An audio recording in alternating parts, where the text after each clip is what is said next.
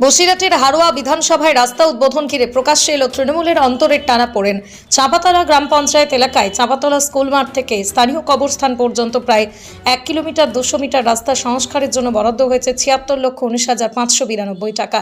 এই বরাদ্দকে কেন্দ্র করেই শুরু হয়েছে রাজনৈতিক বিতর্ক এবং দলীয় গোষ্ঠীদ্বন্দ্বের প্রকাশ্য রূপ। স্থানীয় সূত্রের দাবি, সংশ্লিষ্ট রাস্তাটি দীর্ঘদিন ধরেই চলাচলযোগ্য অবস্থায় ছিল এবং বড় ধরনের ক্ষয়ক্ষতির চিহ্ন ছিল না। বিরোধী শিবিরের অভিযোগ যে রাস্তা কার্যত অক্ষত, সেই রাস্তায় বিপুল অর্থের বরাদ্দের সিদ্ধান্ত স্বাভাবিকভাবেই প্রশ্নের জন্ম দিচ্ছে। তৃণমূলের দলনেতা হুমায়ুন রেজা চৌধুরী বলেন, পথশ্রী প্রকল্পে রাস্তা উদ্বোধনকে কেন্দ্র করে যেভাবে গোষ্ঠীদ্বন্দ্ব তৈরি হয়েছে তা নিন্দনীয়।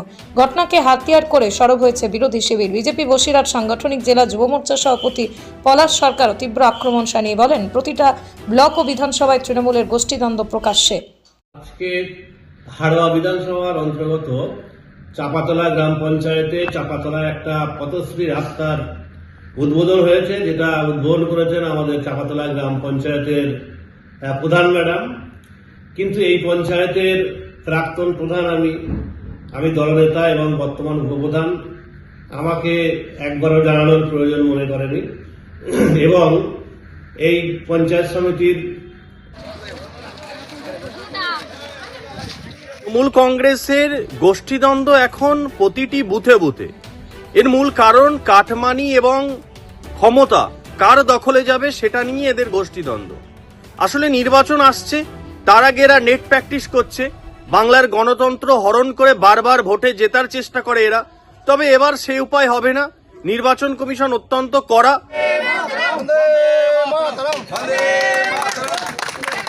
একটু হেঁটে চলে আসো, একটু হেঁটে হেঁটে হেঁটে আসো, একটু হেঁটে আসো। দেখুন, আমি তো যেটা মনে করেছিলাম সবাই থাকবে। আমিও রীতিমতো অবাক যে এখানে বিধায়ক আসার কথা ছিল, তিনি কেন আসেননি। ব্লক সভাপতি, উপপ্রধান, এদের প্রত্যেকের আমি জানলাম, আমি আমার কাছে যে সংবাদ ছিল এরা সবাই আসবে, কিন্তু এরা কেউ আসেনি। কেন আসেনি সেটা আমি বলতে পারবো না। পুষ্পস্তবক দিয়ে বরণ করে আজকের এই চতুর্থ ফেজের আমি বিশেষ করে আমার মরহুম হাজী শেখ নুরুল ইসলাম, উনি এমন একটা মানুষ ছিলেন যে কথা দিয়ে কথা রাখতেন। উনি মারা গিয়েছে, ওনার ছেলে শেখ রবিউল ইসলামও একই শিক্ষিত ছেলে। যেটা বলা হচ্ছে আগামী 26-এ ভোট হবে, আমি দলের কাছে এটাই কামনা বা আবেদন রাখবো, শিক্ষিত মানুষকে উপযুক্ত জায়গা দেখ এবং আগামী দিনে শেখ রবিউল ইসলামের মতন এমএলএ আবার যেন হারোয়া বিধানসভায় দেখতে পাই, সেটা আমরা পেলে সবাই গর্বিত হব। আর 166 নম্বর বুথে যেটা এই স্বাস্থ্যকেন্দ্রটা, এখানে 7-8টা গ্রামের গর্ভবতী মায়েরা আসে। কিছু জায়গা মানে ভালো আছে, প্রায়টা খারাপ হয়ে গেছে।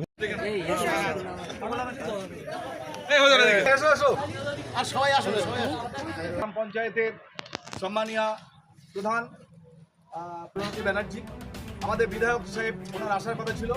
উনি গাড়িতে ওঠার পরেও আমাকে ফোন করে বললেন যে উদ্বোধনটা করুন, আমার একটু বিশেষ কাজে ডেকেছে, আমি সেখানে বেরিয়ে যাচ্ছি, আমি যেতে পারছি না দাদা, আপনি প্রধান ম্যাডামকে দিয়ে রাস্তাটা উদ্বোধন করুন।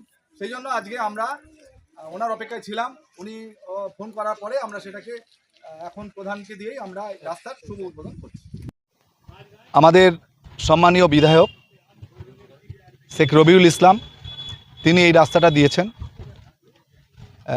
আমাদের যে মেম্বার আছেন এখানে এই সংসদের, হাসানুজ্জামান, তার সৌজন্যে, এবং রফিকুল ইসলাম আছেন আরেকজন, তাদের সৌজন্যে এই রাস্তার আজকে শুভ উদ্বোধন হচ্ছে। 76 লক্ষ টাকারও কিছু বেশি টাকা ব্যয়ে এই রাস্তার উদ্বোধন করেছেন। এবং আমাদের মানবিক মুখ্যমন্ত্রী এই চতুর্থ ফেজ পথশ্রীর যে রাস্তা, একটা নয়, চাঁপাতলায় আমরা অনেক রাস্তায় পরপর উদ্বোধন হচ্ছে।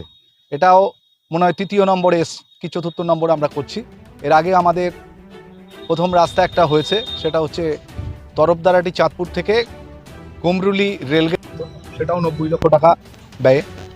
আমাদের একটা রাস্তা আপনারা দেখবেন বা দেখতে পাবেন যে পঞ্চায়েতের পিছনে, ওটা কাজীপুকুর থেকে গাংনিয়া একটা রাস্তা হচ্ছে, এটা 95 লক্ষ টাকা ব্যয়। এরকম প্রচুর রাস্তা আমাদের দেওয়া হয়েছে চাঁপাতলা গ্রাম পঞ্চায়েতে। মানে কয়েক কোটি টাকার রাস্তা আমরা পেয়েছি। আমরা খুব গর্বিত আমাদের মুখ্যমন্ত্রীর এই